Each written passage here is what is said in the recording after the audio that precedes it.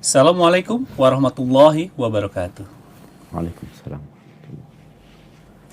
Alhamdulillahirabbil alamin. Wassalatu wassalamu ala asrofil anbiya'i wa mursalin. Amma ba'du. Ahlan wa sahlan wa marhaban bihudurikum, para jamaah Samara Taklim dan detoners yang semoga Allah Azza wa Jalla muliakan. Alhamdulillahillazi binikmatihi tatimus sholihat. Telah hadir bersama kita yang terhormat Al-Ustaz Al-Fadil Dr. Syafiq Riza Basalamah MA Hafizahullah Ta'ala. Alhamdulillah, malam ini kita sudah masuk di tanggal 1 Zulhijjah 1442 Hijriah. Tema kita saat ini adalah Marhaban Zulhijjah, bulan yang istimewa dan bersukacita di hari An-Nahar. Taib, sebelum kajian dimulai, kami mengingatkan kepada jamaah untuk memahami dan mematuhi adab-adab dalam kajian online, yaitu hadirkan niat ikhlas lillahi ta'ala, kemudian mencatat untuk mengikat ilmu, diharapkan menonaktifkan mic dan video selama Ustaz memberikan kajian. Kemudian insya Allah malam ini akan dibagi menjadi 2 sesi. Sesi pertama diisi dengan kajian ilmu, kemudian dilanjutkan dengan sesi tanya jawab. Taib, untuk mempersingkat waktu, kami persilakan pada Ustaz Syafiq untuk mulai. Tafadhol maskura wa majura Ustaz. Jazakumullah khairan. Assalamualaikum warahmatullahi wabarakatuh. Alhamdulillah alladzi khalaqa fasawwa qaddara fahada. Segala puji bagi Allah Jalla Jalaluh yang menciptakan dan menyempurnakan ciptaan, yang menentukan dan yang memberikan petunjuk. Tanpa petunjuk dari Allah Jalla Jalaluh, maka kita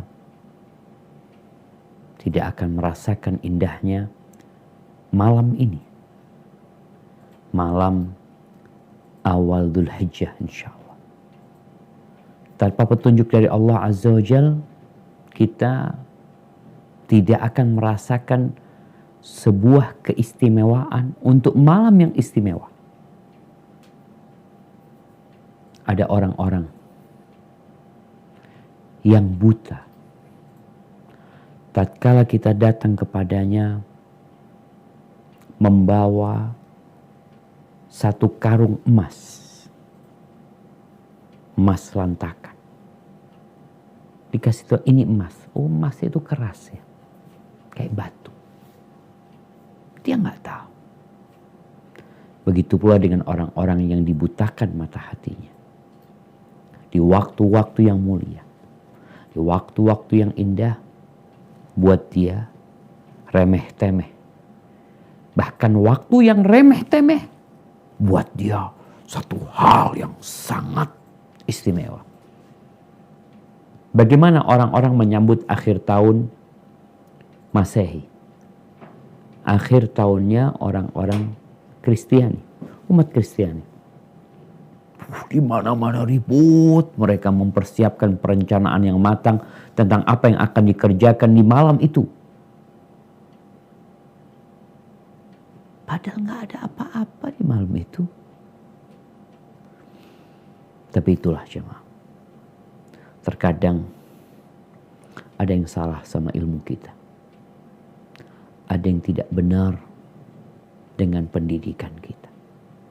Allahumma salli wa sallim ala sayyidina wa maulana wa syafi'ina Muhammad wa ala alihi wa ashabihi ajma'in.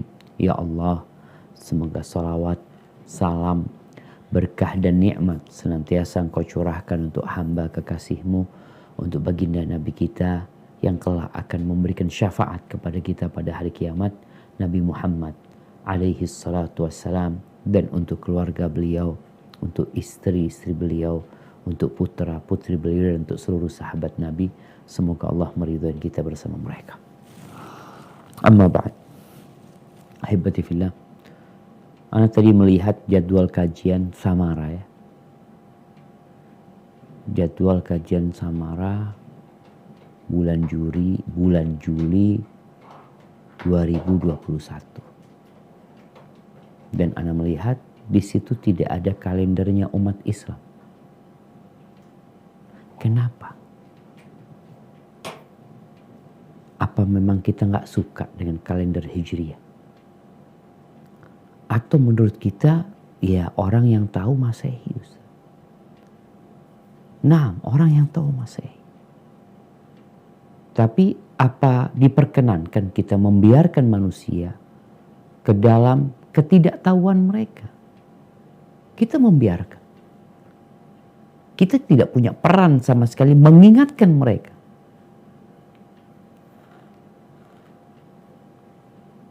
Kajian ini tertulis di sana tanggal 10 Juli. Padahal malam ini bisa jadi malam 1 Dzulhijjah. Agar orang itu sadar. Dengan ketentuan yang sudah Allah buat. Bahwa bulan itu dimulai dengan Muharram, diakhiri dengan Dzulhijjah. Ahibati fillah, dunia berputar. Siang berganti malam, malam berganti pula dengan siang. Demikian terus tiada henti. Saling berkejaran tanpa pernah ada jeda di antara mereka. Dan tak terasa sudah 2 bulan kita meninggalkan Ramadan. Bulan diturunkannya Al-Quran. Bulan dibukanya pintu-pintu surga. Ditutupnya pintu-pintu neraka. Bulan yang sangat spesial. Allah jadikan setan-setan yang mengganggu manusia dalam belenggu. Sehingga mereka tidak bebas menyesatkan manusia. Dan di bulan itu ada 1 malam yang lebih baik dari 1000 bulan. Tapi bulan itu sudah pergi. Namun Allah Azza wa Jal Maha Pengasih dan Maha Penyayang. Dia sangat mengetahui dengan kondisi hamba yang keimanannya kadang naik dan kadang turun. Sehingga perlu ada musim-musim di mana keimanan anak Adam ini ditingkatkan. Salah satunya dengan adanya Dzulhijjah. Dengan adanya ibadah haji. Selesai puasa, haji. Subhanallah. Ahibati fillah. Allah Azza wa Jal menjadikan penentuan untuk jadwal ibadah umat Islam itu dengan rembulan.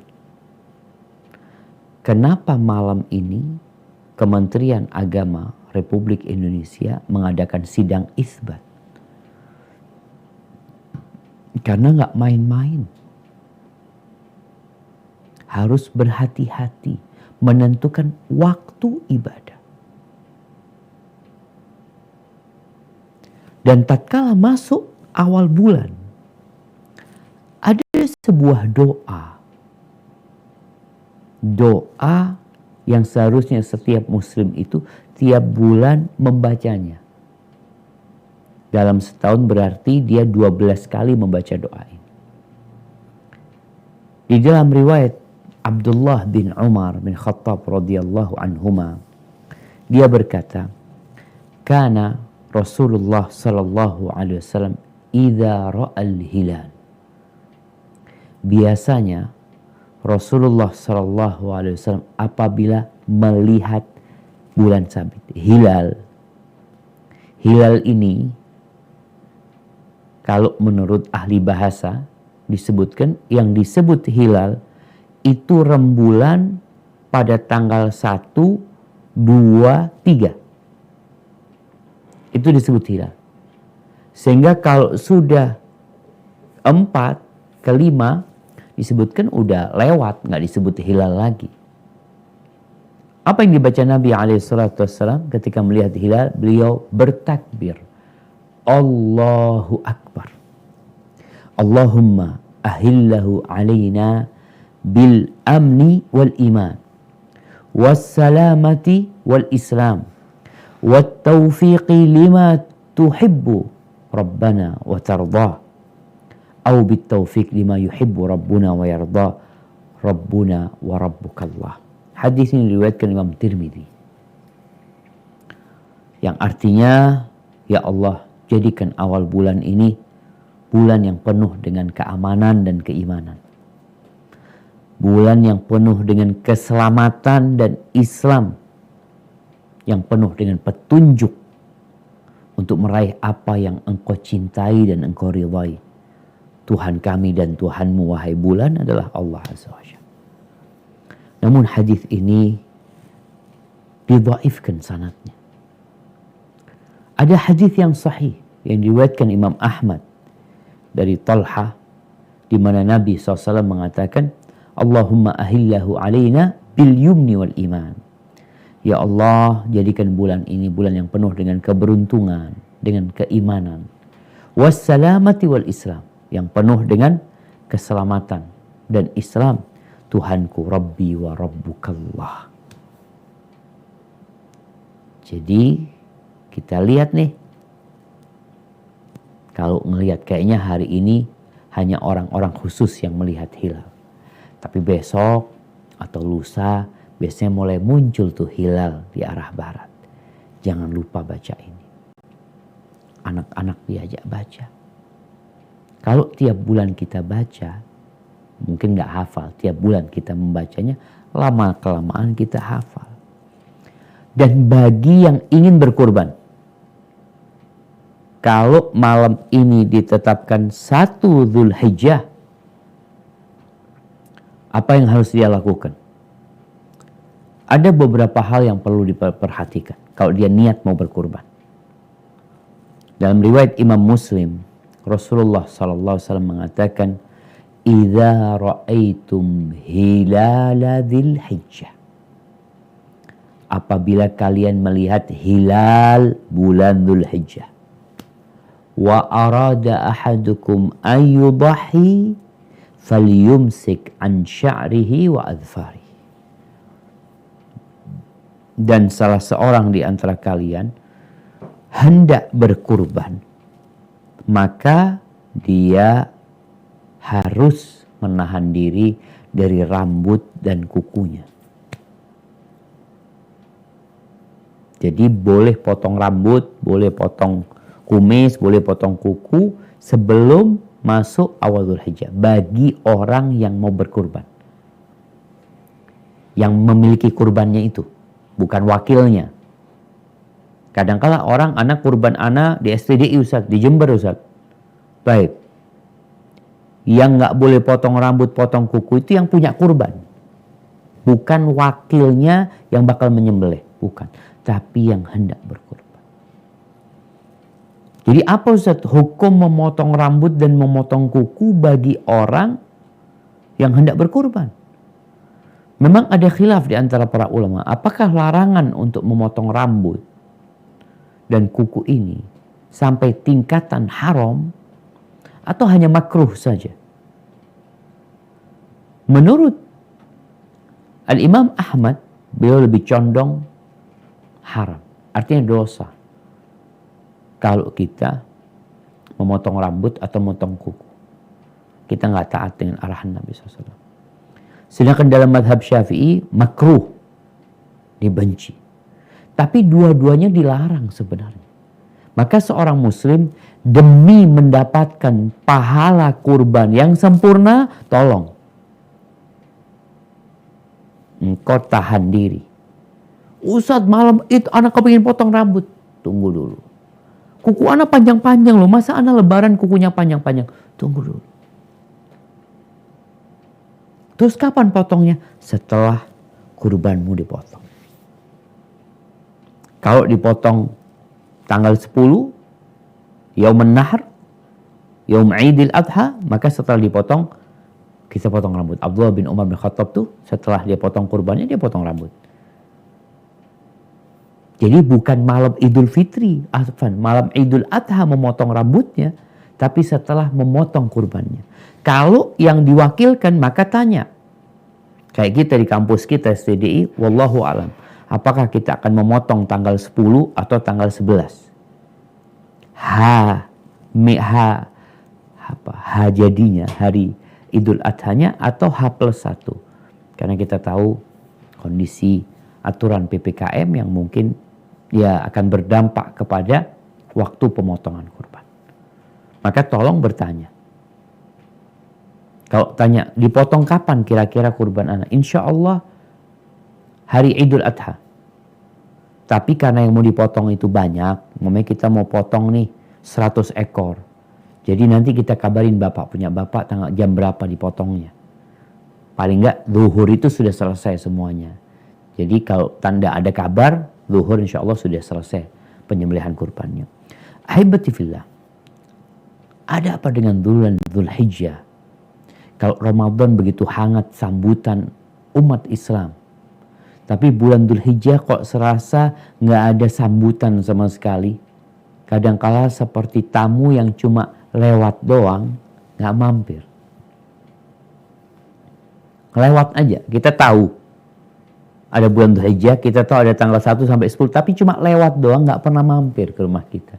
Sehingga gimana Anda mau menyambut dia, dia cuma lewat doang. Karena antum nggak bukain pintu. Biar masuk nih bulan Dzulhijjah. Bulan Dzulhijjah ini salah satu bulan haram. Dan yang paling utama. Kemudian termasuk bulan haji. Yang haji itu nggak bisa dilaksanakan kecuali di bulan Dzulhijjah. Nggak bisa haji di bulan Ramadan. Nggak bisa haji di bulan Syawal. Nggak bisa haji di bulan Dzulqa'dah. Kalau niatnya boleh. Karena itu termasuk bulan haji. Tapi pelaksanaannya itu di bulan Dzulhijjah. Kayak seharusnya tanggal 3 Dzulhijjah atau 4 Dzulhijjah itu penutupan. Gate penutup jemaah haji itu ditutup. Udah nggak ada lagi jemaah haji sudah. Tapi tahun ini pintu pelaksanaan ibadah haji sudah ditutup sejak tahun lalu. Nggak ada jemaah haji Indonesia yang berangkat. Ahibati fillah, berkaitan dengan bulan-bulan ini Allah berfirman di surat At-Taubah ayat 36. Apa kata Allah Azza wa Jalla? Nah, silakan dibaca.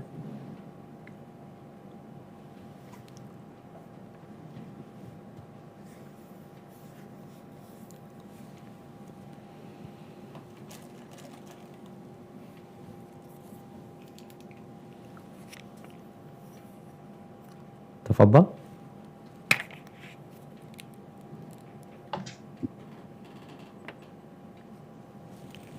أعوذ بالله من الشيطان الرجيم إن عدة الشهور عند الله 12 شهرا في كتاب الله يوم خلق السماوات والأرض منها 4 حرم ذلك الدين القيم فلا تظلموا فيهن أنفسكم وقاتلوا المشركين كافة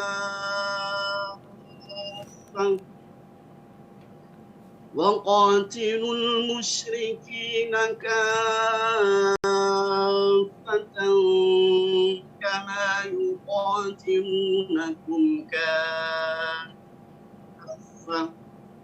واعلموا أن الله مع المتقين.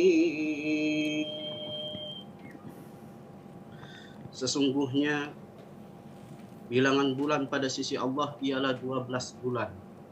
Dalam ketetapan Allah, di waktu Dia menciptakan langit dan bumi. Di antaranya 4 bulan haram itu ketetapan agama yang lurus. maka janganlah kamu menganiaya diri kamu dalam bulan yang 4 itu. Dan perangilah kaum musyrikin itu semuanya, sebagaimana mereka pun memerangi kamu semuanya. Dan ketahuilah bahwasannya Allah beserta orang-orang yang bertakwa. Barakallahu fikum.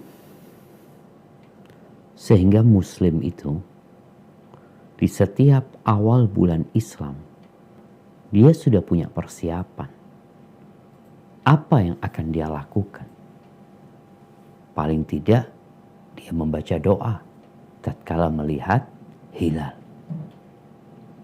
Allah sebutkan ketetapan 12 bulan ini itu sudah ada sejak penciptaan langit dan bumi. Dan itu tertulis dalam ketentuan Allah Azza wa Jalla. Di antaranya ada 4 bulan haram. 4 bulan haram. Bulan suci. Yang pertama adalah Dzulqa'dah, Dzulhijjah, Muharram plus Rajab. 4 bulan ini. Dan yang paling utama adalah bulan Dzulhijjah. Allah katakan, "Fala tadlimu fihinna anfusakum." Jangan kalian menganiaya diri kalian. Jangan kalian berbuat dosa di bulan-bulan itu. Sebagaimana di bulan Ramadan, berbuat dosa di bulan itu nggak sama dengan berbuat dosa di bulan yang lainnya. Begitu pula berbuat dosa di bulan Dzulhijjah memiliki nilai yang berbeda. Sehingga kalau dikatakan apa yang harus kita lakukan Ustadz di bulan Dzulhijjah ini? Ya, bertobat kepada Allah. Menyambut bulan Dzulhijjah itu dengan bertobat. Kemudian meninggalkan dosa. Lalu berencana untuk berbuat baik. Memperbanyak amal soleh. Niat.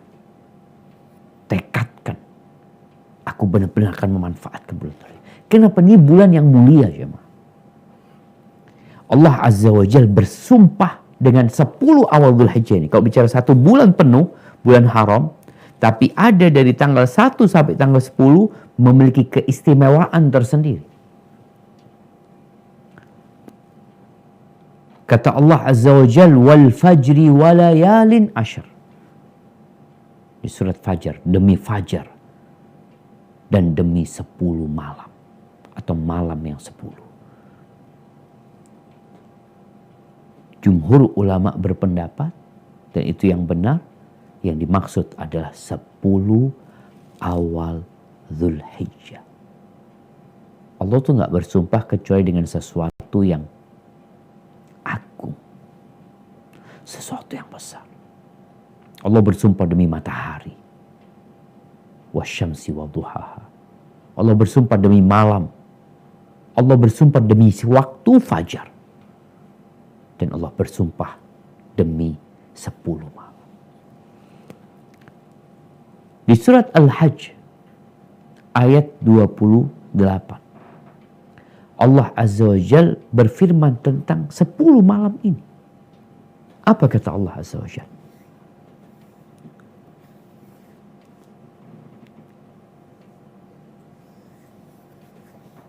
Nah, di surat Al-Hajj ayat 28.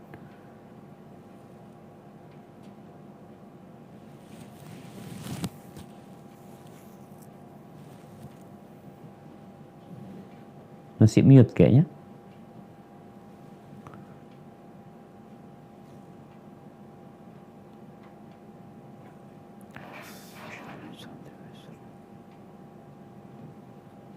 Nah, suaranya masih belum keluar.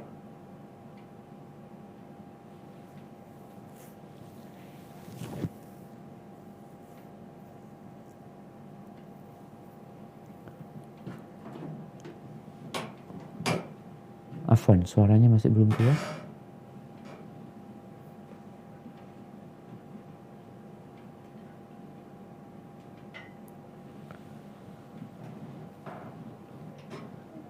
Nah,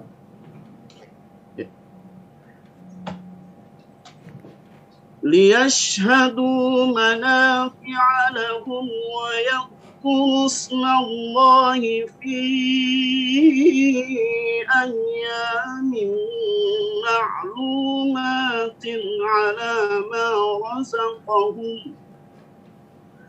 على ما رزقهم من بهيمة الأنعام فكلوا منها وأطعموا البائس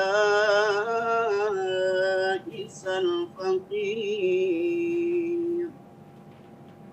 supaya mereka menyaksikan berbagai manfaat bagi mereka dan supaya mereka menyebut nama Allah pada hari yang telah ditentukan atas rizki yang Allah telah berikan kepada mereka berupa binatang ternak. Maka makanlah sebagian darinya, dan sebagian lagi berikanlah untuk dimakan orang-orang yang sengsara dan fakir. Subhanallah jemaah. Apa hari-hari yang ditentukan? 10 awal Dzulhijjah. Sebagaimana Abdullah bin Abbas, Abdullah bin Umar dan jumhur ulama berpendapat, di mana kita diperintahkan untuk mengingat Allah. Di 10 awal Dzulhijjah ini lebih banyak lagi, lebih semangat lagi. Ahibati fillah, Rasulullah SAW menjelaskan lebih detail lagi tentang 10 awal Dzulhijjah ini. Beliau bersabda dalam hadis Jabir bin Abdullah radhiyallahu anhuma dari Nabi alaihi salatu wassalam, afdalu ayyamid dunya ayyamul ashar. Sebaik-baiknya hari-hari dunia ini, ada 355 hari kalau ikut kalender Hijriah. Yang paling mulia di antara 355 hari ini adalah 10 awal Dzulhijjah. Para sahabat heran. Mungkin sebagian kita juga heran. Masa Ustaz? Yang ditanyakan oleh para sahabat, wala mithluhunna fi sabilillah. Apakah enggak mereka tidak tertandingi hari-hari ini dengan berjihad di jalan Allah Azza wa Jalla? Wala mithluhunna fi sabilillah. Enggak tertandingi dengan jihad fi sabilillah. Illa rajulun affara wajhahu bit-turab. Kecuali satu kondisi seorang mujahid yang tewas di medan perang. Baru itu tidak tertandingi. Abdullah bin Abbas, ini hadis rawahul Bazzar yang baru saja dibacakan. Abdullah bin Abbas radhiyallahu anhuma meriwayatkan hadis berkaitan dengan 10 awal Dzulhijjah ini. Nabi alaihissalatu wassalam mengatakan, ma min ayyamin al-amalu salihu fiha ahabbu ilallah min hadhil ayyam. Tidak ada hari-hari yang beramal soleh di dalamnya. Beramal soleh, apa aja amalannya, lebih dicintai Allah daripada beramal soleh di 10 awal Dzulhijjah. Sahabat juga tanya nih, ya Rasulullah, walal jihad fi sabilillah. Jihad fi sabilillah nggak dapat menandingi beramal soleh di 10 awal Dzulhijjah. Kenapa jamaah? Kenapa yang ada di benak para sahabat kok membandingkan 10 awal Dzulhijjah dengan jihad fi sabilillah? Karena Rasulullah Sallallahu Alaihi Wasallam pernah ditanya oleh sahabat, dullani ala amalin ya'dilul jihad. Ditanya, wahai Rasulullah, tunjukkan kepada aku amalan yang sebanding dengan jihad. Jihad ini orang mengorbankan jiwa, raga, hartanya. Kata Nabi SAW, la ajidu. Nggak ada. Aku tidak mendapati amalan yang setara dengan jihad. Nggak ada. Lalu Rasulullah SAW memberikan gambaran kepada orang ini. Hal tastati' idza kharajal mujahid. Apakah kamu mampu ketika mujahid itu keluar dari rumahnya menuju ke medan perang, berangkat jihad, engkau masuk ke masjidmu, ke tempat sholatmu, fatusalli wala taftur, kemudian engkau mulai sholat dan tidak berhenti sholat, watasumu wala tuftir, engkau juga puasa di hari-harimu, tidak berbuka sampai mujahid ini pulang. Engkau mampu melakukan itu. Kata orang ini, waman yastati'u dzalika ya Rasulullah. Siapa yang mampu melakukan itu? Oleh karena itu Nabi SAW mengatakan nggak ada yang bisa menandingi jihad. Tapi di hadis ini Rasulullah SAW menyebutkan tidak ada hari-hari yang beramal soleh di dalamnya lebih baik daripada beramal soleh di 10 awal Dzulhijjah. Maka para sahabat secara spontan mengatakan, apakah jihad nggak dapat menandingi? Maka Nabi SAW mengatakan, walal jihadu fi sabilillah illa rajulun. Jihad juga nggak dapat menandingi kecuali satu kondisi jihad, di mana orang itu keluar dengan harta dan jiwanya, kemudian dia tewas, ontanya atau kudanya juga terbunuh dan nggak pulang dari harta yang dia miliki. Baru itu tidak tertandingi. Berarti kalau mujahid ini pulang ke rumahnya, menang, bawa harta rampasan perang, beramal soleh di 10 awal Dzulhijjah lebih baik. Hadis ini diriwayatkan Imam Bukhari. Maka ahibati fillah, gak heran kalau kita melihat bagaimana para salafus soleh benar-benar memakmurkan awal Dzulhijjah ini dengan ibadah. Yang tentunya kalau kita bicara ibadah yang paling utama ya ibadah haji.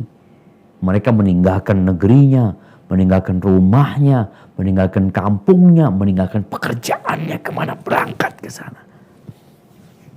Loh kita Ustaz yang gak berangkat haji, ya tetap dapat mengagungkan dan memuliakan awal Dzulhijjah ini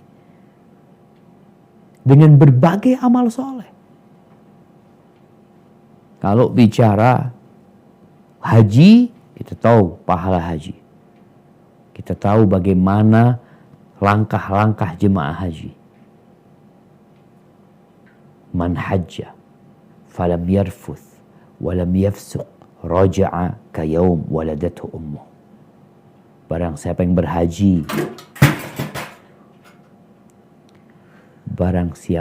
berhaji, kemudian dia tidak berucap ucapan yang kotor, tidak melakukan tindakan yang nista, dia pulang dari haji seperti bayi yang dilahirkan oleh ibunya. Wow. Dan itu adanya cuma di awal Dzulhijjah pelaksanaannya. Dan bagi para wanita nih di masa Nabi SAW pernah bertanya, ya Rasulullah, narul jihad afdal al-amal. Dalam hadis Aisyah, afala nujahid. Kita melihat jihad ini amalan yang paling mulia. Terus nih perempuan-perempuan nih, apa mereka nggak berangkat jihad saja? Kata Nabi SAW, lakunna jihadun la qitala fihil hajj.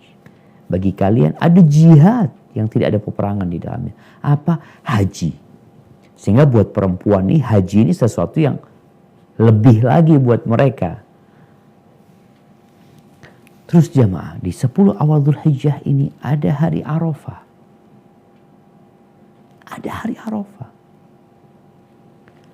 Ada apa hari Arafah? Arafah ini adalah hari pengampunan dosa. Hari pembebasan dari api neraka. Kalau kita tahu bulan Ramadan, bulan pengampunan dosa, pembebasan dari api neraka. Nih, 10 awal Dzulhijjah, khususnya tanggal 9, hari Arafah, itu hari pengampunan dosa, pembebasan dari api neraka. Kalau di 10 awal Dzulhijjah ini nggak ada apa-apa kecuali hari Arafah, maka cukup itu untuk menjadi keistimewaan yang kita buru, yang kita kejar.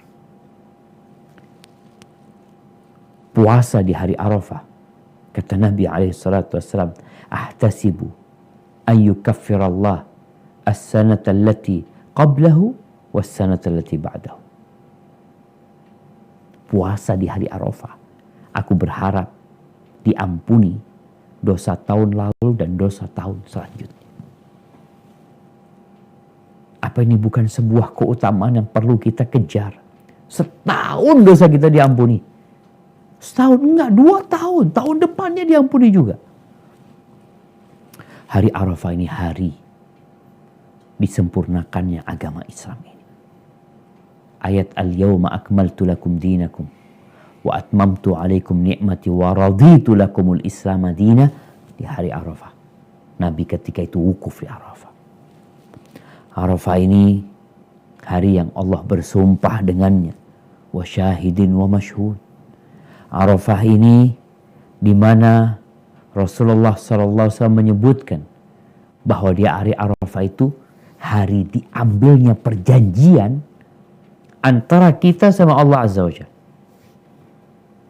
Di dalam hadis Abdullah bin Abbas radhiyallahu anhu, Rasulullah SAW mengatakan, Inna Allah akhazal mithaq min dhahri Adam bin Na'man. Yani Arafah. Allah Azza wa Jal mengambil perjanjian dari anak keturunan Adam, dari punggungnya Nabi Adam itu pada hari Arafah. Wa akhraja min sulbihi kulla dhurriyatin dhara'aha. Allah keluarkan semua ciptaan yang Allah bakal ciptakan dari punggungnya Nabi Adam alaihissalam. Fanatharhum baina yadayhi kathar. Kemudian di Arafah itu ditebarkan manusia ini seperti semut, jemaah. Thumma kallamahum qibala. Lalu Allah berbicara kepada mereka. Apa yang Allah katakan kepada kita pada waktu itu? Allah sebutkan di surat Al-A'raf ayat 172 sampai 173. Mungkin kita bisa baca.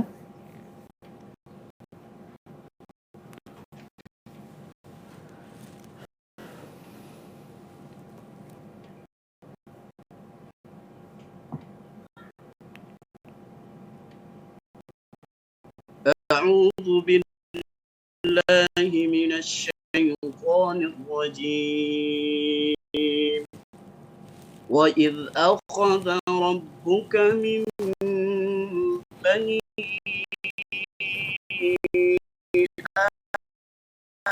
آدَمَ مِنْ ظُهُورِهِمْ ذُرِّيَّتَهُمْ وَأَشْهَدَهُمْ عَلَى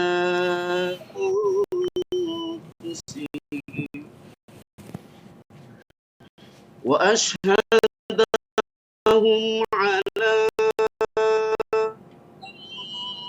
أنفسهم ألست بربكم قالوا بلى شهدنا أن تقولوا يوم القيامة إنا كنا عن هذا غافلين.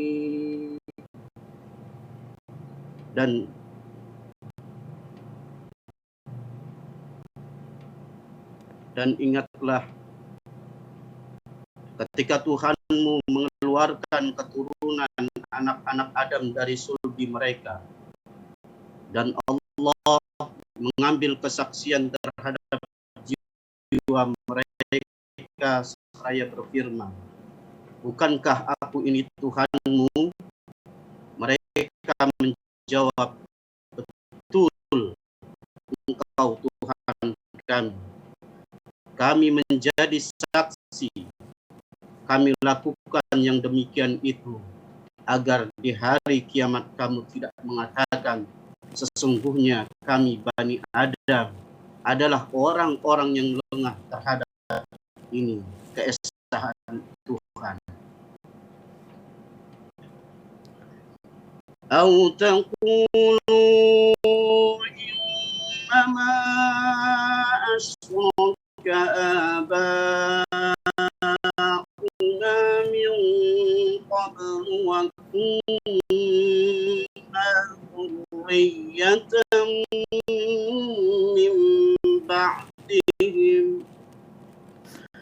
وكنا ذرية من بعدهم أفتهلكنا بما فعل المبطلون. Atau agar kamu tidak mengatakan, sesungguhnya orang-orang tua kami telah mempersekutukan Tuhan sejak dahulu, sedang kami ini adalah anak-anak keturunan yang datang sesudah mereka. Maka apakah engkau akan membinasakan kami karena perbuatan orang-orang yang sesat dahulu? Subhanallah jemaah. Kita telah membuat satu perjanjian untuk mentauhidkan Allah Azza wa Jalla. Nggak ada alasan orang melakukan kesyirikan. Padahal Allah telah membuat satu perjanjian. Tidak ada alasan mengatakan ini adalah warisan nenek moyang kami. Nenek moyang kami udah seperti itu. Ya kami memang melakukan itu. Nggak ada alasan. Makanya jemaah haji di hari Arafah itu apa yang mereka katakan? Afdalu ma qultuhu ana wan nabiyuna min qabli. Yang paling utama aku baca dan dibaca oleh para nabi sebelum aku.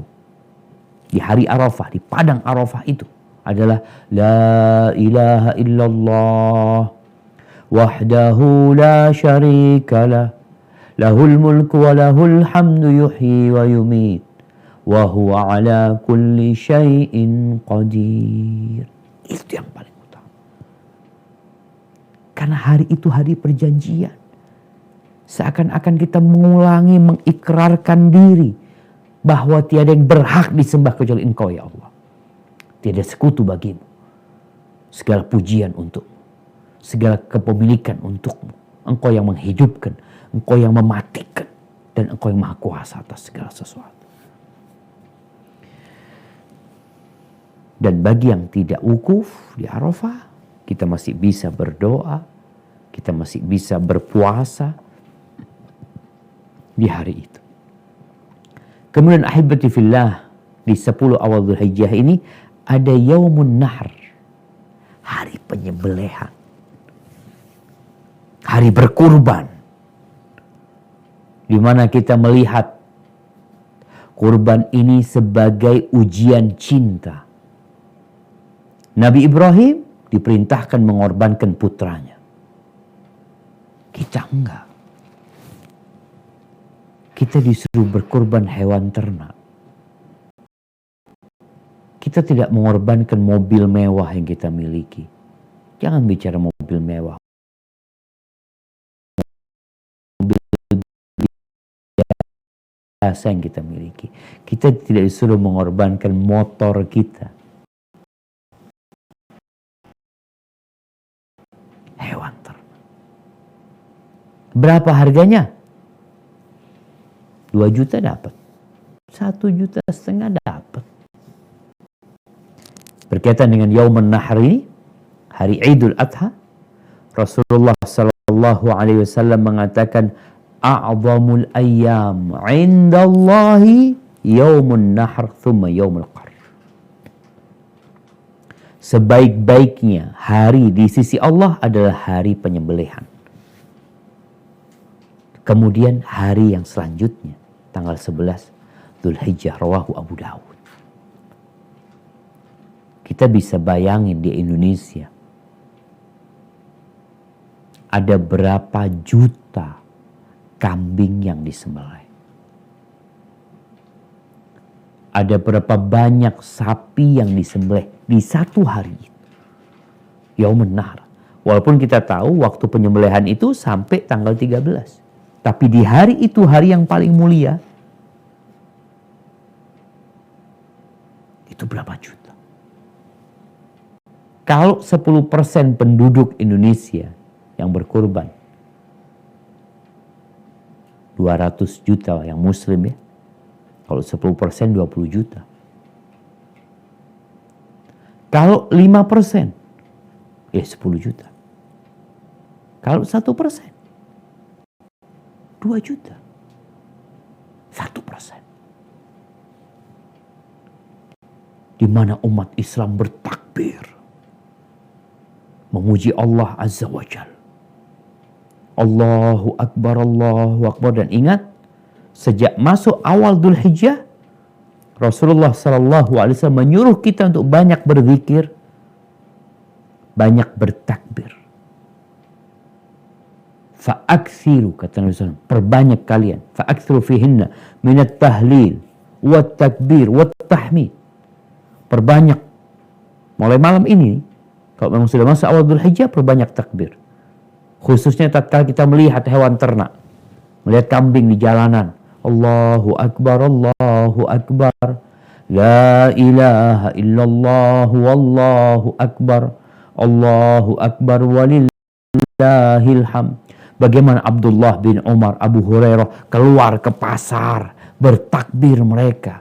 Di tendanya bertakbir, di rumahnya bertakbir, di ranjangnya bertakbir.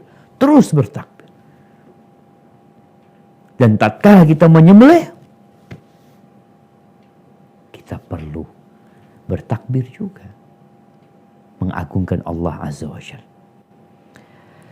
Bagi yang punya keluasan, coba engkau pegang handphonemu, harga berapa? Lalu engkau lihat dombamu, harga berapa? Bandingkan.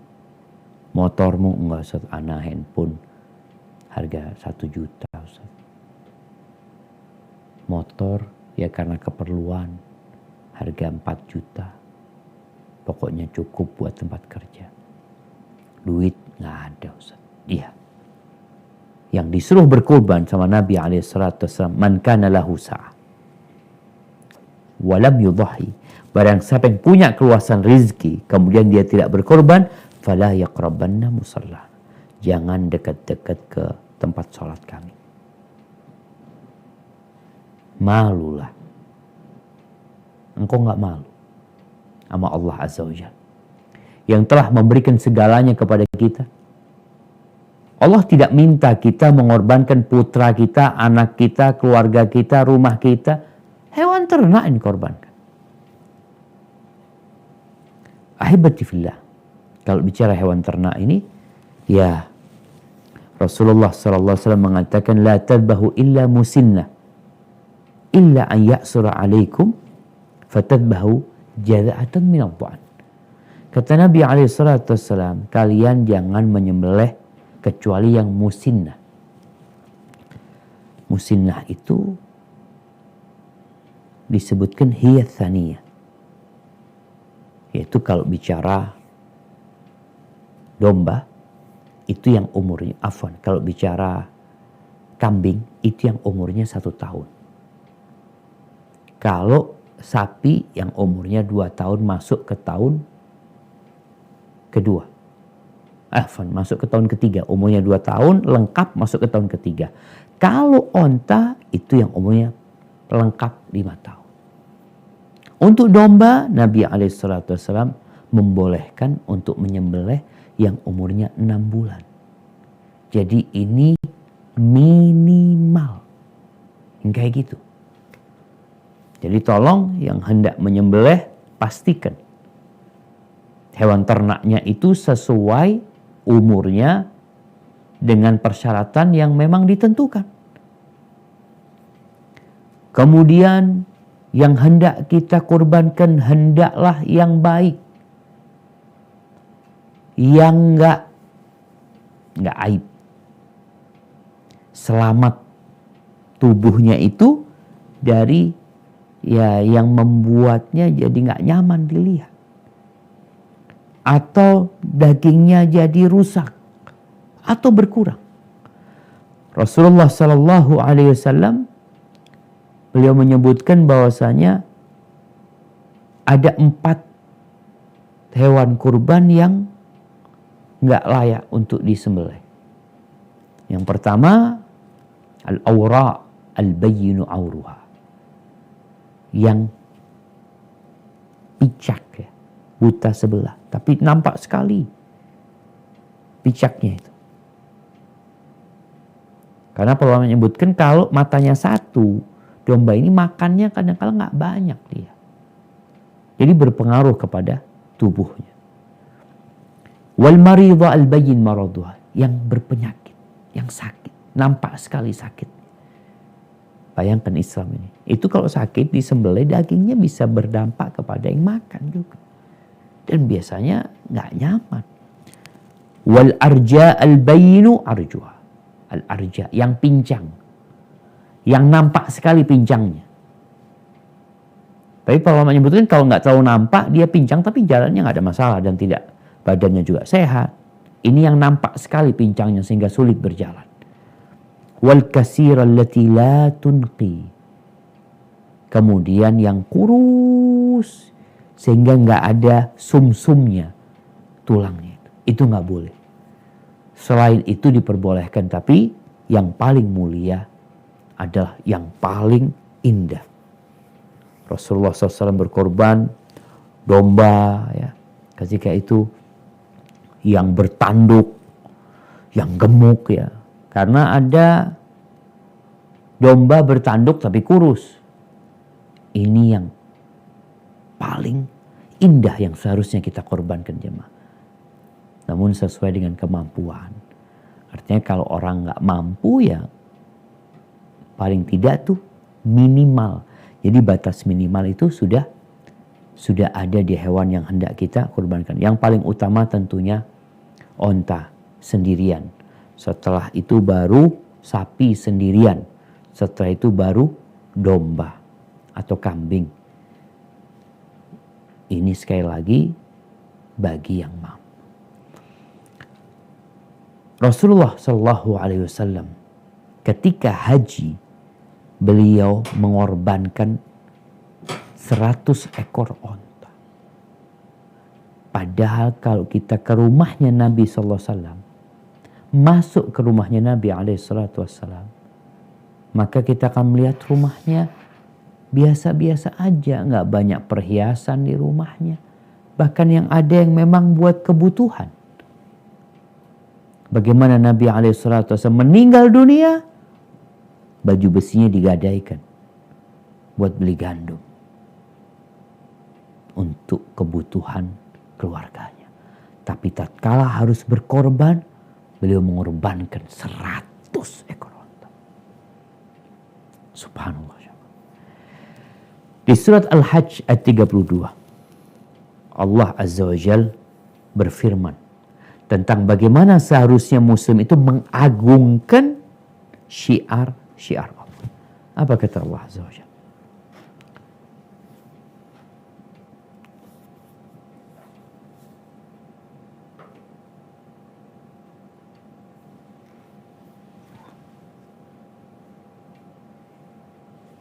ذلك ومن يعظم شعائر الله فإنها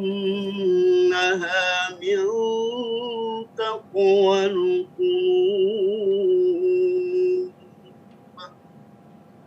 Demikianlah perintah Allah, dan barang siapa mengagungkan syiar-syiar Allah, maka sesungguhnya itu timbul dari ketakwaan hati. Subhanallah. Ibnu Abbas menyebutkan bahwasanya di antara bentuk mengagungkan syiar Allah itu, ya bagaimana hewan yang akan kita korbankan itu yang gemuk, yang besar, yang indah, yang paling mahal. Ini sebagai bentuk hamba mengagungkan syiar-syiar Allah. Kemudian waktu nyembelihnya, selesai sholat Idul Adha,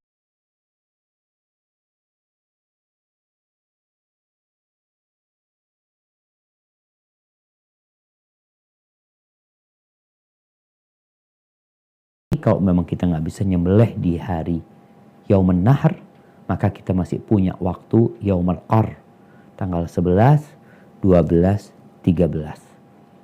Dan dianjurkan ketika menyembelih itu untuk menghadapkannya ke kiblat. Nggak harus ya. Tapi harus membaca bismillah. Yang harus itu baca bismillah. Kalau kita baca bismillah, Allahu Akbar, maka lebih utama. Jadi nggak sulit menyembelih itu sebenarnya.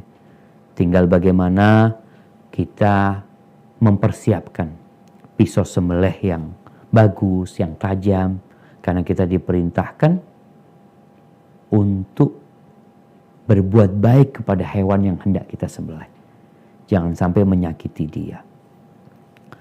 Kemudian satu hewan kurban itu cukup untuk satu keluarga. Artinya kalau bicara wajib, satu keluarga satu domba cukup. Tapi kalau satu orang mau nyembelih sendiri-sendiri, tafadhol. Sebagaimana Nabi SAW, satu orang menyembelih 100 ekor onta. Padahal onta itu cukup untuk 7 orang sebenarnya. Tapi Nabi menyembelihnya sendirian. Ahibati fillah, dianjurkan kita membagikannya tanpa batasan berapa yang harus kita bagi, berapa yang kita makan. Dan juga diperbolehkan kita menyimpan dari daging kurban tersebut. Hanya saja di masa pandemi ini, kalau kita melihat memang banyak orang yang susah, ya jangan banyak-banyak yang disimpan. Kalau bisa kita bagikan semuanya. Lalu upah orang yang menyembelihnya tidak diambilkan dari hewan kurban tersebut, tapi diberikan dari uang yang lainnya, dari uang pemilik kurban. Makanya kadang-kala kalau berkurban itu diminta biaya untuk menyembelih. Nah, kita keluarkan biaya. Jangan sampai kita sampaikan, udah nggak apa-apa, kasih kepala sama kulitnya kepada jagalnya. Kurban itu nggak boleh dijual. Jadi nggak boleh yang diuangkan gitu loh. Ketika kulitnya dibuat upah, berarti kan diuangkan kulitnya itu. Kalau yang menjual itu, yang dikasih ya bebas, kita kasih kulitnya apa, kemudian dia mau jual, orang memang sudah hak dia. Tapi untuk yang berkorban. Itu jamaah berkaitan dengan Yaumun Nahar. Dan dianjurkan kita menyembelih sendiri, dianjurkan makan dari hewan yang kita sembelih.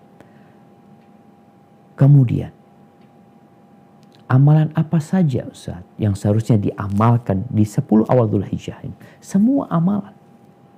Karena Nabi SAW tidak mengecualikan amalan apapun. Yang pertama tadi kita sampaikan, haji tentunya. Kemudian berpuasa. Berpuasa itu bukan hanya tanggal 9. Dari sejak tanggal 1 kita puasa. Atau kita mau puasa 1, kemudian 3, kemudian 5, 7, 9. Silahkan. Tapi yang paling utama, jangan lupa untuk berpuasa di tanggal 9. Kemudian kita memperbanyak sholat malam. Kemudian memperbanyak baca Al-Quranul Karim. Memperbanyak zikir. Jaga silaturahim. Berbuat baik sama orang tua. Ya. Amalan apa saja. Sodakoh kita berbagi. Insya Allah akan dilipat gandakan entah berapa kali lipat. Tapi yang jelas awal Dzulhijjah ini adalah hari-hari yang terindah sepanjang tahun.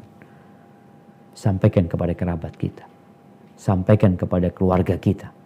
Jangan sampai waktu yang indah ini berlalu dengan sia-sia. Khususnya buat yang gak jadi berangkat haji. Engkau gak jadi berangkat haji. Engkau sudah persiapan uang. Engkau sudah persiapan bekal. Bagaimana uang tersebut engkau manfaatkan sekarang. Walaupun gak berangkat haji, tapi bisa merasakan ya paling tidak pengorbanan jemaah haji. Di 10 awal Dzulhijjah ini kita fokus beribadah, kita berbagi dengan harta yang kita miliki. Pada tanggal 10 Dzulhijjah kita berkorban. Sebagaimana jemaah haji yang ada di Mekah sana, mereka menyembelih hewan kurban mereka. Hada wallahu a'lam bishawab. Itu yang dapat Anda sampaikan. Kurang lebihnya mohon maaf. Anda kembalikan ke moderator untuk masuk ke sesi tanya jawab. Jazakumullah khair. Wa jazakumullah khair. Barakallahu fiik Ustaz. Masya Allah. Ilmu yang dan nasihat yang telah disampaikan. Taib, Anda lanjutkan ke sesi tanya jawab ya Ustaz. Di sini ada Akhi Afi yang akan membacakan pertanyaan-pertanyaan yang sudah masuk. Akhi Afi, ahlan wa sahlan Akhi. Ahlan bik, Masya Allah.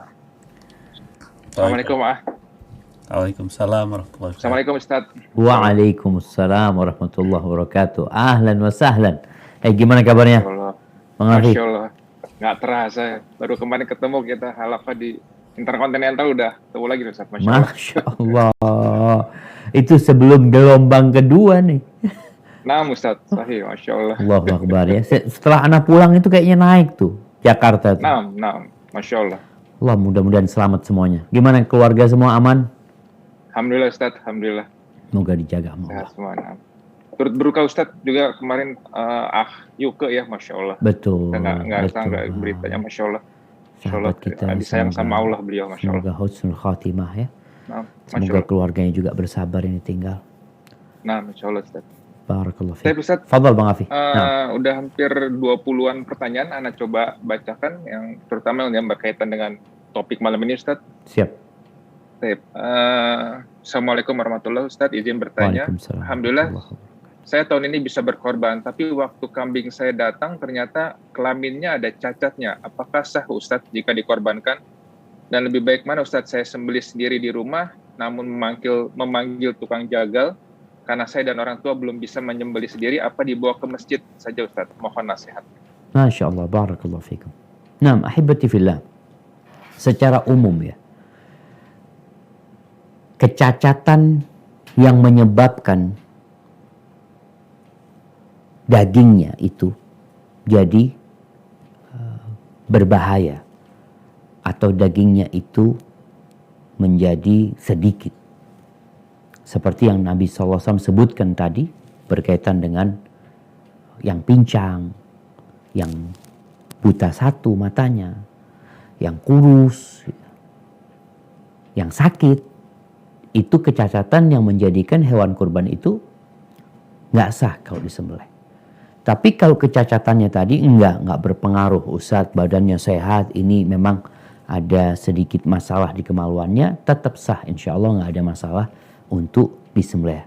Walaupun tadi sudah disampaikan, waman yu'adzim sya'airallah fa innaha min taqwal qulub. Barang siapa yang mengagungkan syiar-syiar Allah, maka itu termasuk ketakwaan. Tanda orang itu orang yang bertakwa. Karena pada hakikatnya yang Allah terima itu bukan hewan kurban kita.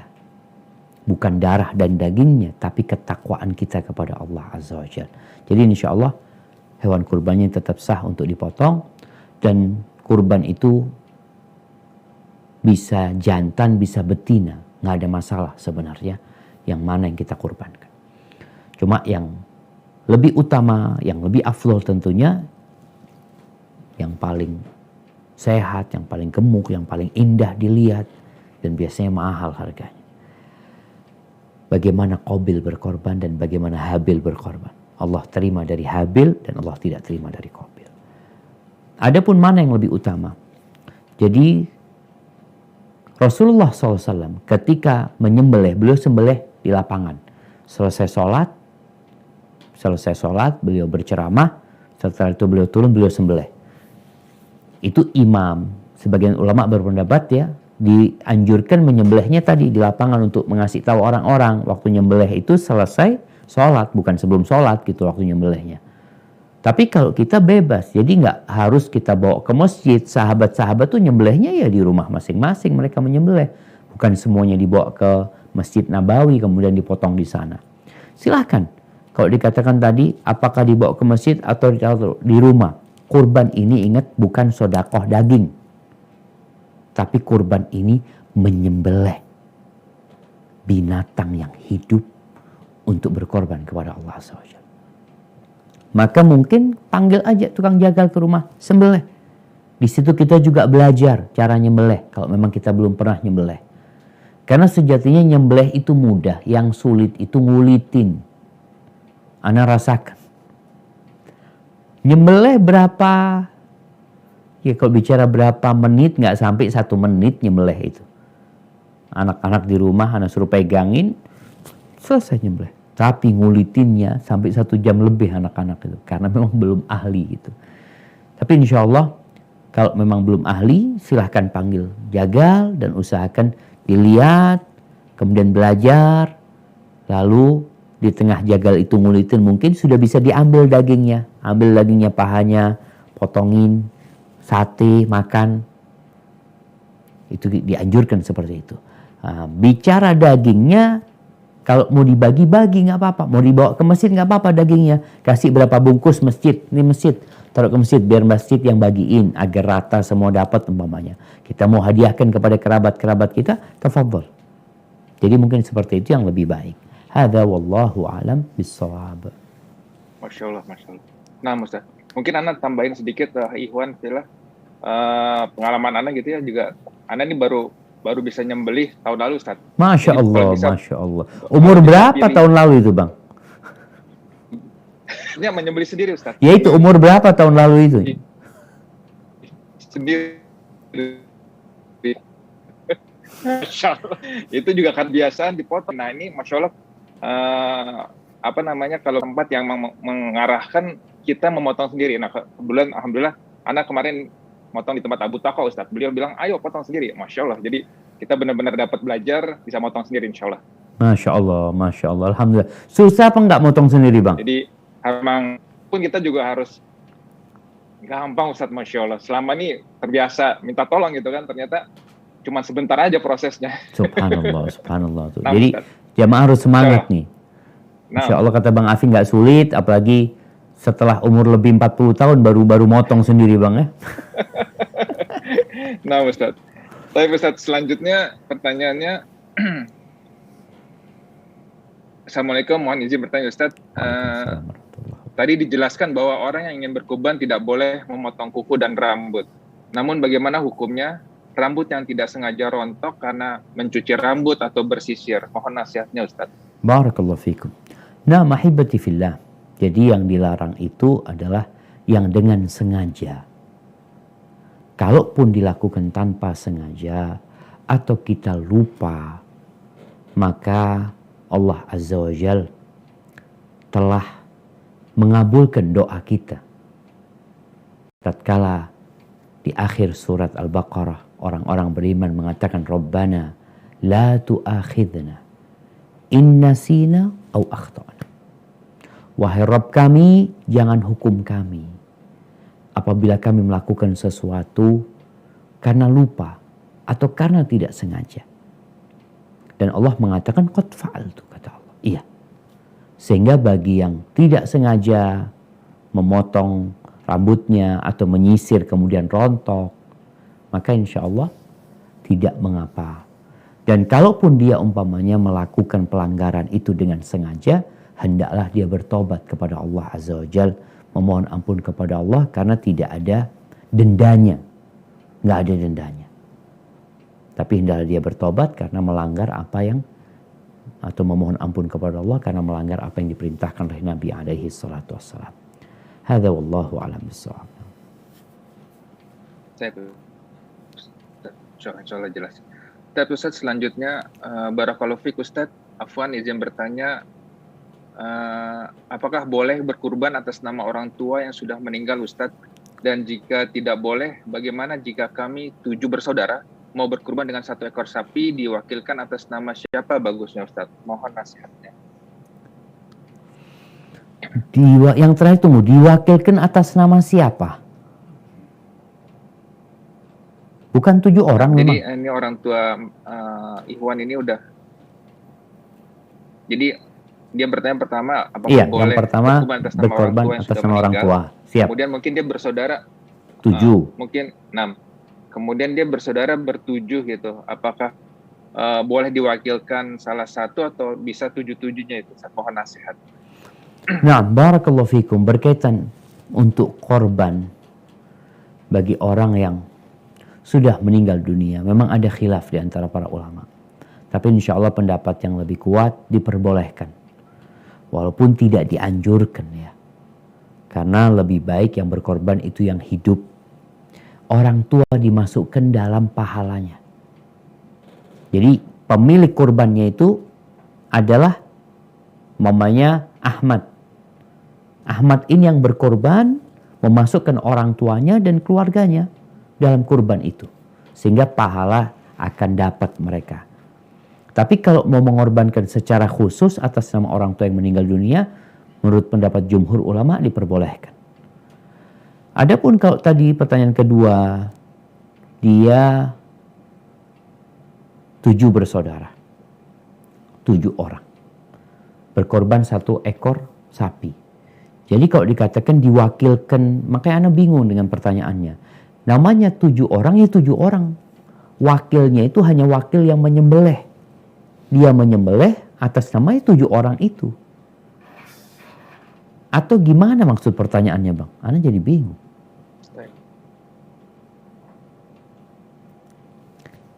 Maksud mewakilkan kalau... Nah, jadi mungkin keutamaan kalau bisa 1 orang 1 ekor onta, 1 ekor sapi gitu. Oh gitu, siap, iya. Kalau memang bisa seperti itu, tapi kalau enggak masalah. Memang 1 sapi itu untuk 7, cukup ya, bukan untuk, tapi cukup untuk 7 orang.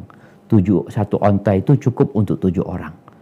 Sehingga kalau dikatakan 7 orang yang berkorban, ya 7 orang berkorban. Jadi mereka 7 bagian sapi itu seperti 7 ekor domba. Seperti itu. Kecuali orang ini beli sendiri, dia mau berkorban untuk dirinya sendiri, tafadhal. Tapi kalau yang itu memang 7 orang yang berkorban gitu, Bang. Hadza wallahu a'lam bissawab. Ustaz.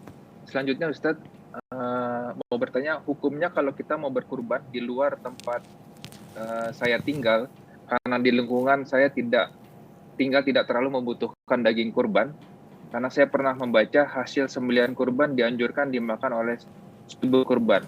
Nah, mohon nasihatnya Ustaz. Jadi kayak mungkin dia kurban untuk dikirim ke Palestina atau di wilayahnya atau keluar daerahnya. Mohon nasihatnya Ustaz. Barakallahu fikum. Nah, jamaah, berkaitan dengan kurban ini boleh diwakilkan. Memang kalau bicara diwakilkan ini, terkadang pemilik korbannya gak makan. Kalau diwakilkan di masjid umpamanya masih mungkin kita dapat bagian. Tapi kalau diwakilkannya ini di kota lain, apalagi dikatakan mungkin di negeri yang lainnya di Palestina, maka gak ada masalah. Secara hukum memang mungkin dia tidak bisa menyaksikan penyembelihan kurban. Dia tidak bisa makan. Tapi itu hanya sunnah, hanya anjuran saja. Jadi kurbannya sah, nggak ada masalah. Ketika dia mewakilkan orang lain untuk membeli, mewakilkan orang lain untuk menyembelih, mewakilkan orang lain untuk membagikan. Jadi nggak ada masalah. Hanya saja, Ana sering ingatkan masalah ini. Rasulullah SAW menjelaskan bahwa awal yang hilang dari umat ini adalah amanah. Amanah. Yang terakhir hilang sholat. Kadang-kadang orang itu sholat, tapi udah gak amanah. Sehingga dalam mewakilkan penyembelihan hewan kurban ini, tolong berikan kepada orang yang amanah. Yang kita kenal, yang kita tahu, memang disalurkan. Diberikan kepada yang membutuhkan, dimakan oleh orang-orang yang memang pantas untuk memakannya. Karena Anda dengar ada lembaga-lembaga ini yang dia itu malas menyalurkan. Sehingga lembaga itu hanya menyembelih. Dia sembelih, lalu kalau ada orang yang mau menyalurkan silahkan. Ngambil hewan kurban itu bayar 300.000. Bawa tuh. Loh, kalau dibawa, kita berpikir ini diapain ini sama dia. Padahal yang dapat amanah siapa? Lembaga ini. Seharusnya lembaga ini yang diberi amanah itu sampai selesai gitu. Jadi menghindari yang seperti itu, tolong berhati-hati memilih wakil dalam kurban kita. Tapi secara hukum diperbolehkan mewakilkan orang lain dalam urusan ini, diperbolehkan tanpa ada khilaf di antara para ulama. Hada wallahu a'lam bissawab. Nah. Ustaz. Selanjutnya Ustaz, adakah amalan lain sebesar haji di bulan haji jika kita belum mampu pergi ke tanah suci Ustaz? Mohon nasihatnya. Masya Allah, barakallahu fikum. Nah, ahibbati fillah. haji ini untuk yang mampu. Walillahi 'alan nasi hajjul bait man istata'a ilaihi sabila. Ada kewajiban haji bagi orang-orang yang mampu. Gimana orang yang nggak bisa berangkat haji? Jangan bicara mampu. Sekarang mampu pun nggak bisa berangkat haji. Ada duitnya nih. Anak punya duit 1 M Ustaz. Mau berangkat haji nggak bisa. Karena kondisinya seperti sekarang ini. Apakah ada amalan yang sebanding dengan haji? Yang pertama niat. Subhanallah. Orang yang benar-benar niat mau berangkat haji. Kemudian dia mati nggak berangkat haji. Ditulis dia itu pahala haji buat dia. Walaupun dia nggak berangkat haji. Kemudian di antara amalan yang akan mendapatkan pahala haji adalah sholat subuh berjamaah. Kemudian duduk di tempat sholatnya. Berzikir mengingat Allah sampai matahari terbit. Kemudian setelah itu dia sholat 2 rakaat. Kata Nabi SAW, kanat lahu ka ajri umratin wa hajjatin tamatin. Orang yang melakukan itu akan mendapatkan pahala haji dan umrah yang sempurna. Itu di antara amalan yang bisa dilakukan khususnya di 10 awal Dzulhijjah ini. Maka bagi mereka yang nggak bisa berangkat haji, perbanyak takbir. Kemudian tadi bisa melakukan perbanyak sholat di masjid. Tapi ingat, jaga protokol kesehatan, perbanyak sholat malam. Di hari Arafah berpuasa, jemaah haji nggak puasa, yang di luar jemaah haji berpuasa. Sehingga yang di sana di Arafah mereka dapat fadilah tempat. Fadilah tempatnya, fadilah kondisi mereka berhaji. Kita nggak dapat tempat, kita nggak dapat kondisi haji, tapi kita dapat kondisi puasa. Tanggal 9 itu. Sehingga kita memperbanyak berzikir, berdoa pada hari itu. Tanggal 10 jemaah haji di sana potong kurbannya. Mereka lempar jumroh. Kita nggak bisa. Apa yang kita lakukan? Kita bisa bertakbir tetap menyembelih kurban kita. Hadza wallahu a'lam bissawab. Nah. Baik, Masya Allah Ustaz. Baik, selanjutnya Ustaz, ada seorang ikhwan bertanya, Assalamualaikum Ustaz, Ana mau minta solusi. 2 bulan yang lalu, Ana sudah berniat untuk melaksanakan berkurban. Kalau Ana mempunyai rezeki lebih, qadarullah, baru-baru ini keluarga Ana ditimpa musibah Ustaz, yang membutuhkan lumayan biaya untuk membantunya. Kalau Ana tunda kurban Ana di tahun ini dan di tahun yang akan datang, nggak menjamin Ana akan masih hidup Ustaz. Di sisi lain keluarga Ana membutuhkan biaya. Mohon pencerahannya Ustaz. Bagaimana Ana harus menyikapinya? Masya Allah. Na'am, barakallahu fikum. Ya ahibati fillah. Kalau bicara kurban, maka tadi udah disampaikan ini untuk yang mampu. Engkau punya niat dan engkau mampu, tapi ada kondisi yang mendesak. Mana yang harus lebih didahulukan? Rasulullah Sallallahu Alaihi Wasallam menyuruh kita menyambung rahim kita, berbagi dengan mereka, peduli sama mereka, sehingga uang itu lebih utama diberikan kepada keluarga kita, sehingga kau jadi nggak mampu, karena uang itu dipakai untuk kebutuhan yang lebih penting, dan engkau tetap akan dapat pahala niat, insya Allah. Karena udah niat, tapi ada kebutuhan lain yang menyebabkan ya duitnya terpakai gitu loh. Sehingga dia nggak masuk dalam kategori orang yang mampu. Seperti orang mau berangkat haji. Dia mau berangkat haji, dia ada uangnya. Tahu-tahu ibunya atau kerabatnya butuh biaya pengobatan, duitnya dipakai ke sana. Insya Allah dia tetap dapat pahala tadi. Pahala niat. Kemudian jamaah sekali lagi mengingatkan kurban itu nggak harus yang mahal.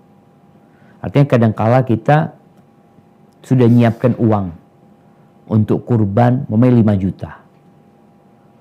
Kita masih bisa kurban dengan harga 1,5 juta umpamanya. Atau harga 2 juta. Jadi tetap berusaha. Kalau memang masih ada uangnya, hanya saja ya jenis bukan jenis atau ya jenis dombanya atau kambingnya, itu bukan yang mahal-mahal tapi yang biasa-biasa. Mungkin dia nggak beli yang jantan karena yang jantan mahal. Ada yang perempuan sudah memenuhi persyaratan, bismillah dipotong. Hadza wallahu a'lam bishawab. Saya Ustaz, ini mengklarifikasi Ustaz, ada yang bertanya juga kebetulan. Izin bertanya Ustaz, bolehkah berkurban dengan memotong seekor ayam? Mohon nasihat Ustaz. Naam. Ahibati fillah. Ana jadi ingat Ustadz Yazid hafizahullah ta'ala pernah ditanya, boleh nggak korban dinosaurus? Astagfirullahaladzim. Astagfirullahaladzim ya. Nah, yang pertama bicara kurban. Kurban itu adalah bahimatul an'am. Sebagaimana tadi di surat Haji yang kita baca, liyadhkuru ismallah ala ma razaqahum min bahimatil an'am.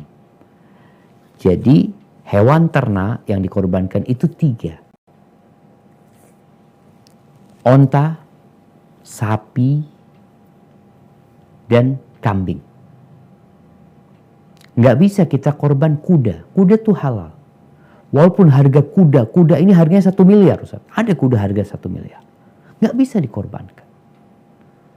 Jadi sudah ditetapkan jenisnya, umurnya, waktunya. Sudah ditetapkan. Sehingga kalau bicara orang korban ayam, nggak bisa dia korban ayam. Kalau kepingin korban, punya ayam Ustaz, Anda nggak punya kambing, ya ayamnya dijual.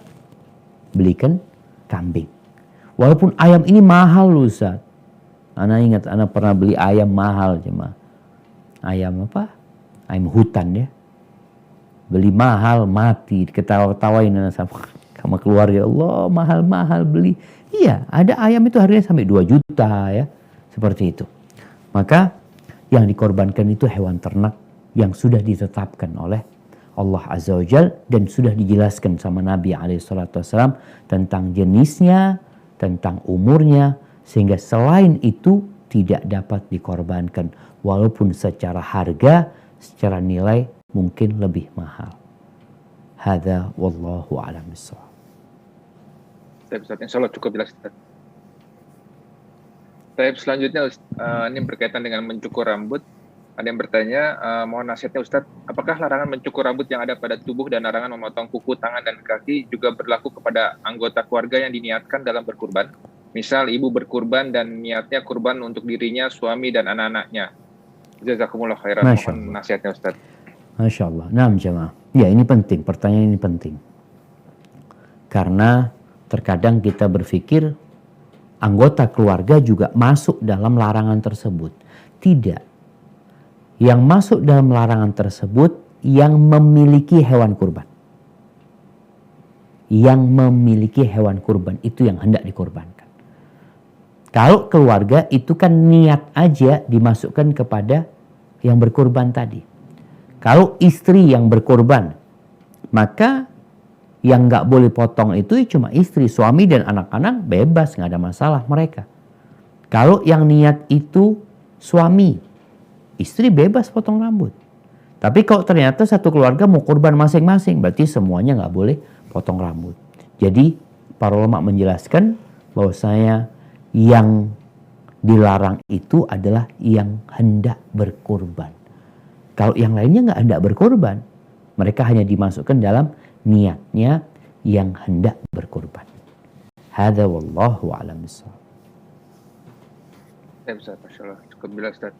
Selanjutnya Ustaz, ada akhwat yang bertanya, ini udah dijawab kebetulan, bolehkah kita berkurban untuk almarhum orang tua? Namun selanjutnya ini menarik Ustaz. Dan benarkah satu keluarga satu kambing Ustaz? Bagaimana jika suami punya 2 istri, tetap 1 kambing atau 2 kambing? Karena dia punya 2 keluarga. Mohon nasihatnya Ustaz. Barakallahu fikum. Nah, mahibati fillah. Ketika seorang suami punya 4 istri, apakah cukup 1 ekor kambing. Kalau bicara cukup aja. Rasulullah SAW ketika itu berkorban 2 ekor domba. Sedangkan istri Nabi banyak SAW. Dan beliau ketika berkorban mengatakan, Hadza anni wa an ahli baiti. Ini buat aku dan keluargaku. Yang satunya buat aku dan umatku. Nabi SAW mengatakan itu. Jadi nggak ada masalah bagi seorang suami yang memiliki 2 istri. Kalau bicara cukup ya. Artinya cukup, dia sudah terbebaskan dari kewajiban. Untuk yang berpendapat wajib berarti dia sudah melaksanakan kewajiban dia. Maka nggak ada masalah ketika satu orang suami yang memiliki istri lebih dari 1 berkorban 1 ekor kambing dengan niat buat dia dan buat keluarganya. Hadza wallahu a'lam bissawab. Ustaz. Ini ada yang bertanya berkaitan dengan sirah, Ustaz. Assalamualaikum, Ustaz. Waalaikumsalam Semoga tetap warahmatullahi wabarakatuh. diberi kesehatan serta rahmat dari Allah Subhanahu wa taala. Saya mau bertanya, Ustadz, dulu saat kuliah pernah dengar khotib Jumat berkhutbah bahwa kambing yang ditukar dengan wujud Nabi Ismail alaihissalam adalah kambing yang dulu dikurbankan oleh Habil, putra dari Nabi Adam alaihissalam. Mohon penjelasannya, Ustadz, mengenai hal ini. Masya Allah, barakallahu fikum. Nah, di buku-buku tafsir disebutkan jamaah bahwasanya ketika Habil dan Qabil berkurban, Habil itu memiliki 1 ekor domba. Subhanallah, anak domba yang sangat dia sukai. Karena sayangnya dibawa sama dia, dirawat sama dia. Bagus sekali binatang itu. Ketika diperintahkan berkorban, itu yang dia korbankan. Si Qabil, dia itu petani. Dia mengorbankan buah-buahan ya, hasil bumi dia. Tapi yang bagus dia makan. Si domba tidak disembelih sama Habil. Hanya diletakkan nunggu api yang menyambar. Jadi dahulu itu untuk mengetahui diterima atau tidak ada api yang menyambar. Dan ternyata dombanya Habil ini disambar oleh api itu, hilang. Bukan terbakar mati, enggak hilang. Disebutkan bahwasanya domba itu dalam riwayat itu, wallahu a'lam kesahihan riwayat itu ya. Domba itu akhirnya tinggal di surga Allah Azza wa Jalla. Di sana, hidup di sana ketika Nabi Ibrahim hendak menyembelih Nabi Ismail, digantikan domba itu. Jadi domba itu ya domba dari bumi sebenarnya yang diambil dari Habil. Wallahu a'lam bissawab. Tapi cerita itu memang disebutkan di buku-buku tafsir ya. Hadza wallahu a'lam bissawab. Baik, Ustaz, Masya Allah, alhamdulillah. Selanjutnya, Ustaz, ada seorang akhwat bertanya dan berdoa semoga Ustaz diberikan kesehatan dan semangat untuk berbagi ilmu. Izin bertanya, Ustaz, apakah ada doa khusus yang baik dipanjatkan selama 10 hari awal Zulhijjah ini seperti halnya pada 10 hari terakhir Ramadan? Ada doa Allahumma inni afun tuhibbu afuan itu, Ustaz ya. Mohon nasihatnya, Ustaz. Masya Allah, barakallahu fikum. Ya, ahibati fillah. Wallahu a'lam bissawab ya. Ana nggak tahu dengan doa khusus, tapi yang jelas kita diperintahkan untuk memperbanyak takbir. Jadi perbanyak takbir sejak malam ini, membaca Allahu Akbar, la ilaha illallah, wallahu akbar walillahil hamd. Bertakbir, bertahlil, bertahmid. Kemudian nanti di hari Arafah itu Rasul SAW mengatakan khairud doa Arafah. Sebaik-baiknya doa itu doa Arafah. Wa khairu ma qultuhu ana wan nabiyuna min qabli, yang paling baik dibaca oleh aku dan para nabi sebelum aku adalah bacaan la ilaha illallah wahdahu la syarikalah lahul mulku wa lahul hamdu wa huwa ala kulli syai'in qadir.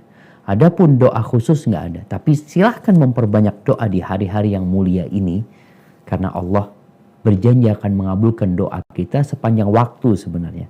Tapi ada waktu-waktu yang mustajab, waktu-waktu yang mulia, waktu-waktu yang penuh dengan fadilah, sehingga kita perlu memperbanyak doa di waktu itu. Hadza wallahu a'lam bissawab. Ustaz, cukup dulu, Ustaz. Selanjutnya, Ustaz, ada seorang akhwat juga bertanya, manakah yang lebih baik, Ustaz, kurban 1 kambing atau kurban patungan sapi untuk 7 orang? Mohon nasihatnya, Ustaz.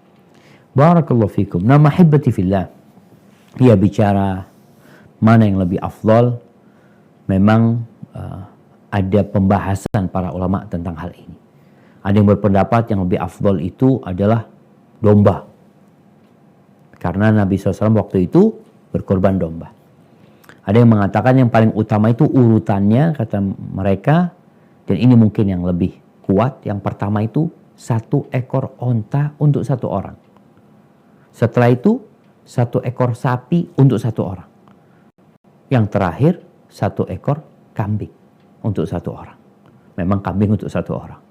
Kemudian setelah itu ada yang berpendapat 1/7 onta. Setelah itu baru 1/7 sapi. Tapi kadangkala jamaah orang itu ya melihat kondisi. Kalau dia bicara kalau gitu lebih baik ana sendirian domba. Nah, menurut pendapat yang tadi disebutkan lebih baik 1 ekor domba kalau engkau sendirian. Tapi terkadang di tempat kami Ustaz nggak dimakan dagingnya Ustaz. Sedangkan salah satu hasil dari kurban itu adalah untuk berbagi, untuk disedekahkan. Kalau mereka nggak makan kan kesian Ustaz. Ya fadol, semuanya boleh gitu loh. Jadi kadang-kala orang memilih enggak, ana memilih 1/7 sapi soalnya juga di tempat ana dagingnya lebih bermanfaat buat orang-orang itu. Maka nggak ada masalah. Dan mudah-mudahan kita dapat fadilah tadi dengan niat ingin berbagi sama mereka, sama masyarakat juga. Hadza wallahu a'lam bissawab. Ustaz. Selanjutnya Ustaz, ada seorang ikhwan bertanya, Afwan, Ustaz, bagaimana jika kita ingin menjalankan puasa di bulan Zulhijjah, namun masih mempunyai hutang puasa Ramadan? Mohon nasihatnya Ustaz. Barakallahu fikum. Nggak ada masalah sebenarnya jamaah ya. Membayar hutang Ramadan itu waktunya luas. Waktunya itu sampai Ramadan selanjutnya tiba. Hanya saja berkaitan dengan 6 hari bulan Syawal, Nabi SAW mengatakan man shoma Ramadan thumma atba'ahu sittan min Syawal. Barang siapa yang puasa Ramadan kemudian dilanjutkan dengan 6 hari di bulan Syawal. Artinya Ramadannya harus selesai baru puasa 6 hari bulan Syawal. Itu yang akan mendapatkan fadilah puasa 1 tahun. Adapun dengan puasa yang lainnya nggak ada syarat menyelesaikan Ramadan. Sehingga nggak ada masalah. Kita di awal Dzulhijjah ini berpuasa sunnah tapi belum lunas utang Ramadannya. Namun kalau ada yang mau mengqadha Ramadan di bulan ini juga nggak ada masalah gitu. Intinya mengganti puasa Ramadan itu waktunya luas ya, bebas waktunya asalkan Ramadan yang selanjutnya belum tiba. Hadza wallahu a'lam bissawab. Ya, Ustaz, cukup jelas. Nah, selanjutnya Ustaz berkaitan dengan puasa juga. Izin bertanya dari seorang akhwat, jika ingin puasa di waktu ganjil dan Senin Kamis di bulan Zulhijjah ini, sedangkan ada hari Sabtu sebagai hari ke-7, bagaimana hukumnya Ustadz? Karena saya pernah membaca bahwa puasa pada Sabtu secara tunggal tidak boleh. Jazakallahu khair. Nah, barakallahu fikum. Iya, memang ada hadis yang melarang puasa di hari Sabtu. Para ulama menjelaskan tentang hadis tersebut. Jadi memahami satu hadis membutuhkan pemahaman dengan hadis-hadis yang lainnya. Mengkhususkan hari Sabtu untuk puasa nggak boleh. Mengkhususkan hari Sabtu untuk puasa. Karena kemuliaan hari Sabtu. Nggak boleh. Tapi kita kalau puasa Jumat, besoknya Sabtunya puasa, nggak ada masalah. Sabtu puasa karena hari Arafah. Bukan karena hari Sabtunya, tapi karena hari Arafahnya. Atau orang yang memang puasanya puasa Daud. Dia puasa Kamis, Jumat enggak. Sabtu puasa. Nggak ada masalah. Atau dia nanti ketemu Jumat. Dia puasa Rebu, Jumat puasa. Kan nggak boleh mengkhususkan hari Jumat puasa. Iya nggak boleh. Tapi buat orang yang memang puasa Daud, mau nggak mau akan kelewatan itu. Jadi seperti itu penjelasan para ulama berkaitan dengan hadis larangan puasa di hari Sabtu itu. Walaupun memang ada seperti Syekh Albani rahimahullah ta'ala termasuk yang berpendapat sama sekali nggak boleh. Bahkan kalau bicara puasa Daud nanti diloncatin tuh hari Sabtunya. Tapi pendapat jumhur ulama bahwasanya nggak ada masalah asalkan bukan mengkhususkan hari Sabtu untuk puasa karena meyakini ada fadilah tersendiri di hari itu ya. Hadza wallahu a'lam bissawab. Masya Allah menjelaskan Ustaz.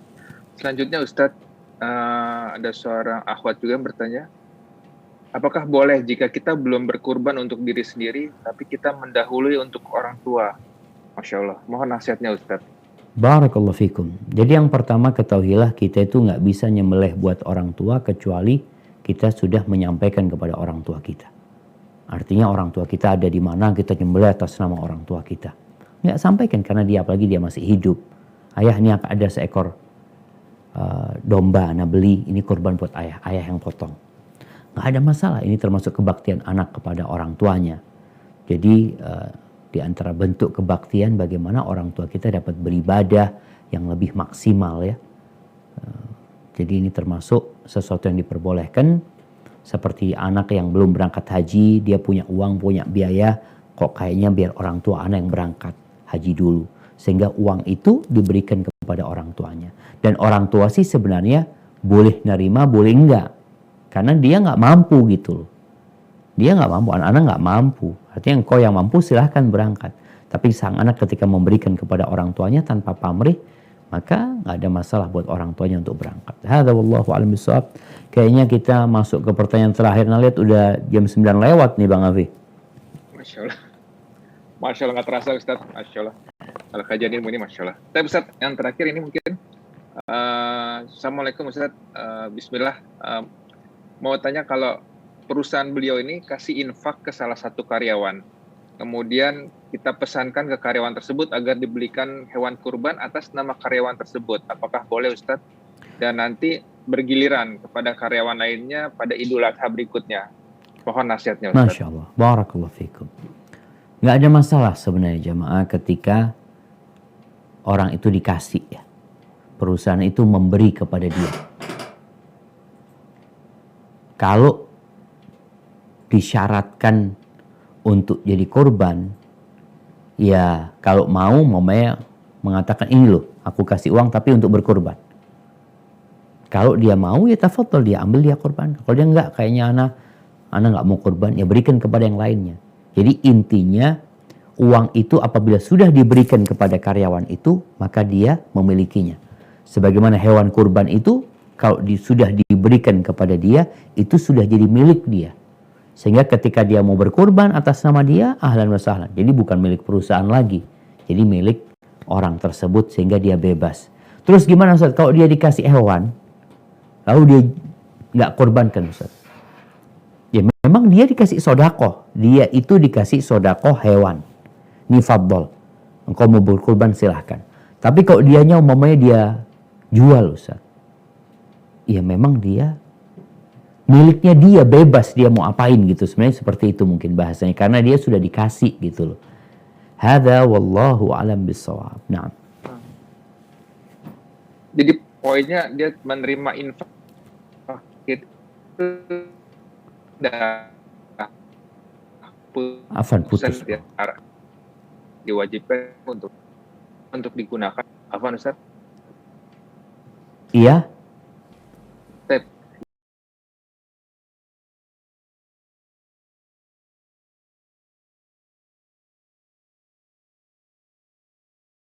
Infakkan buat dia, miliknya dia gitu loh Bang. Seperti itu. Jadi dia mau korbankan, dia mau jual, nggak ada masalah gitu loh.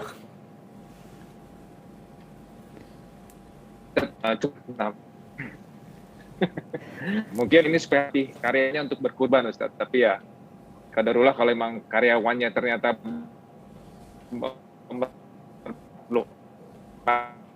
yang lain pakai untuk Barakallahu. anak kembalikan ke Bang Oji untuk apa namanya? Baik, jazakallahu khair Ustaz. Wa iyyakum barakallahu fikum hayakumullah. Tafadhol Bang Oji. Baik, jazakumullah khair wa barakallahu fikum untuk Ustaz Syafiq Riza Basalamah hafizahullah taala bersama tim SRP Official. Masya Allah, ilmu yang sangat bermanfaat.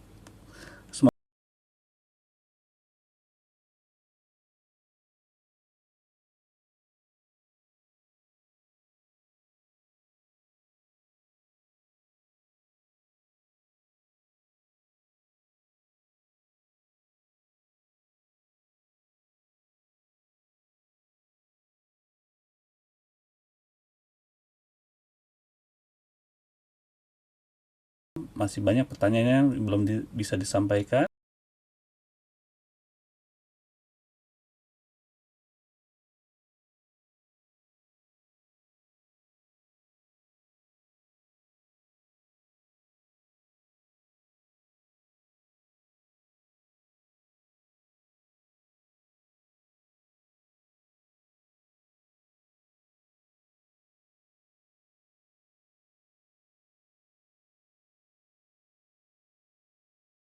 Wa atubu ilaik.